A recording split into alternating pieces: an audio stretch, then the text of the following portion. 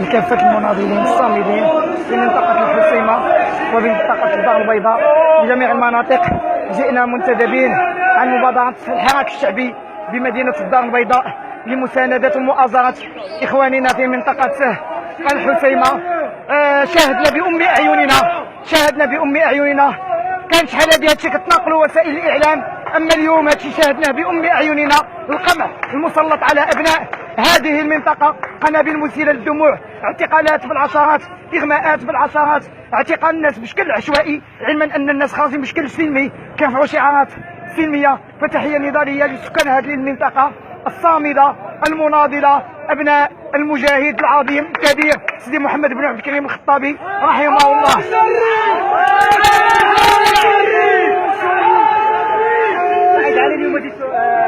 علي جيتوا اليوم من مدينة الدار البيضاء، كيفاش كانت الأجواء يوم أمس وكيفاش هي أجواء ملي كنا جايين مدينة الدار البيضاء وقفونا الحواجز الأمنية، حوالي 8 حواجز أمنية، كل وحدين كيفتشوا البطائق الوطنية ديالنا، الهوية ديالنا، كيفتشوا لنا الأمتعة ديال السيارة ديالنا. فبالتالي عطلونا بالعملية الوصول إلى هذه المنطقة. استغرقت يعني من كاسيطة حتى الحسيمة حوالي 2.5 ساعات، لأن كان تفتيش متوالي، يعني باراج تبع باراج. فمن جينا الصباح لقينا الأجواء عادية جدا بمنطقة الحسيمة. هبطنا الصباح في الشاطئ ديال كيمادو، لقينا تماك المناضلين كيرفعوا الشعارات وكيحتجوا ويستعدون للنشاط المبرمج على الساعة 5. حوالي الساعة 3 زوالا بديت كنتجول في المدينة. بدات الاعتقالات بعد الساعة 5 مباشرة، بعد ما بداو كيتجمعوا المحتجين في مجموعة من المناطق ويجتمعون بشكل سلمي ويرفعون شعار السلمية، فإذا بالسلطات المخزنية كتنشقهم بالقنابل المسيلة،